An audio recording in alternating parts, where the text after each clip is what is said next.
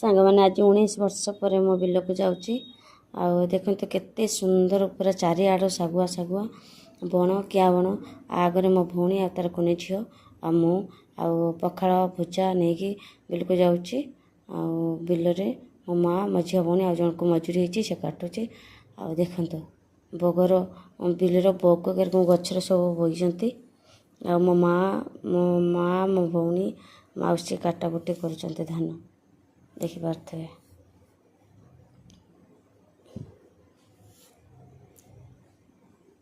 ବହୁତ ସୁନ୍ଦର ଲାଗୁଛି।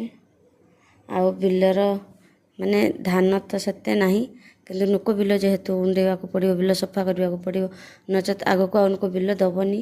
ସେଇନାଗି ଆମେ କାଟିକି ଧାନ ସବୁ ସଫାସୁତୁରା କରିବା କଥା। ଆଉ ଧାନ ଥାଉ ବା ନଥାଉ କିଛି ନହେଲେ କୁଟା ହେବ। ଆଉ ବିଲଟାକୁ ସଫା ରଖିନି ଆଗ ଫସଲକୁ ରୁଇ ହେବ। ଆଉ ବିଲକୁ ଆସି ମୋତେ ତ ବହୁତ ଖୁସି।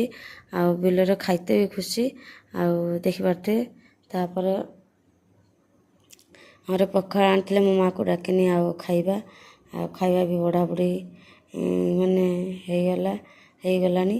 ଆଉ ମୋ ମାଆ ମୋ ଭଉଣୀ ମୋ ମାଉସୀ ସମସ୍ତେ ଖାଇ ବସିଥିଲୁ, କେବଳ ମୋ ସାନ ଭଉଣୀ ଖାଇଲାନି। ସେ ଘରକୁ ପଳେଇ ଆସିଲା, ଘର ତ କେହି ନଥିଲା, ଘରକୁ ପଳେଇ ଆସିଲା।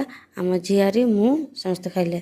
ଆଉ ମୋତେ ଘର କତିରେ ଖାଇଦେବି ମାନେ ଆଜି ଯେତେବେଳେ ସୁଯୋଗ ପାଇଛି ମୁଁ ବିଲ ଖାଇମି। ଆଉ ବାଇଗଣ ଚଟୁଣି ବିଲର ଖାଲି ହେଲେ ଲଙ୍କା ହେଲେ ବି ଲଙ୍କା ଲୁଣ ହେଲେ ବି ସାଙ୍ଗମାନେ ବିଲରେ ଖାଇବା ବହୁତ ମଜା ଅଲଗା।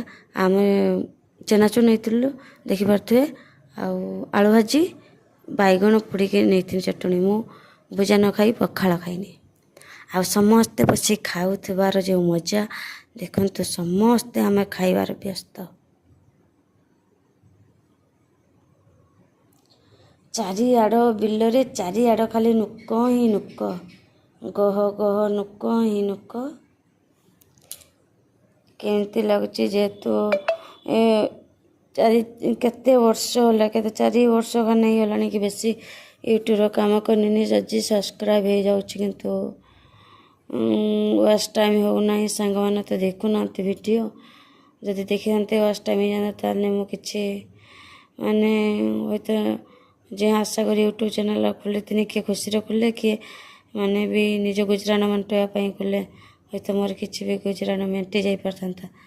ଆପଣମାନେ ଆଉ ମୋବାଇଲର କ'ଣ ସେଟିଂ ଭଲ ମନ୍ଦ ସେସବୁ ବିଷୟରେ ମୋର ଚିନ୍ତା ନାହିଁ କି ଧାରଣା ନାହିଁ, କି ପାଖରେ ବି କେହି ନାହିଁ ପିଲାମାନେ ସାର କହିବା ପାଇଁ। ମୁଁ ଖାଲି ଭିଡ଼ିଓ ଅପଲୋଡ଼ କରେ, ମାନେ ଏଡ଼ିଟିଂ କରେ ନିଜେ ଆଉ ଅପଲୋଡ଼ କରେ, ବାସ୍ ସେତିକି।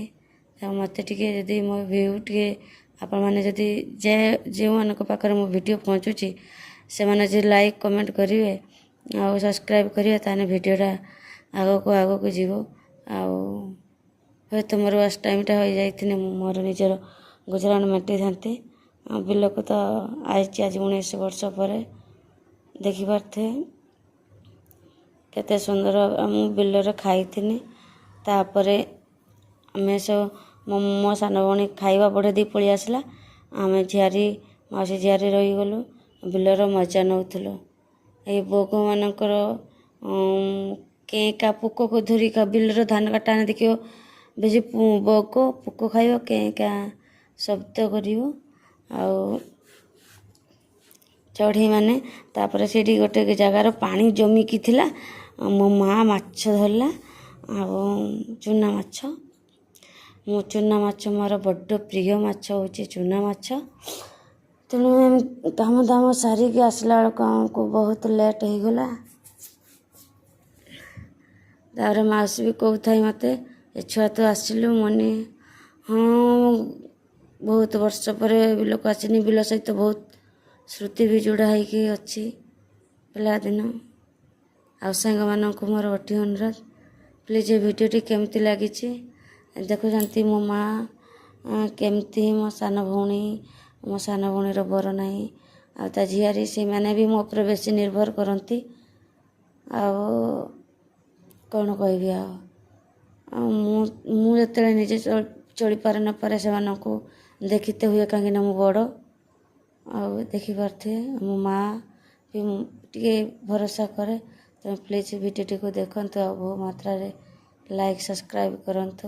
କିଛି ହେଉନ ମୋର ୱାଚ୍ ଟାଇମ୍ଟା ହେଇଯାଉ, ଭିଡ଼ିଓଟିକୁ ଦେଖନ୍ତୁ, ସବସ୍କ୍ରାଇବ୍ ହେଇଯାଏ ୱାଚ୍ ଟାଇମ୍ଟା ହେଇଯାଉ ରହିଲି।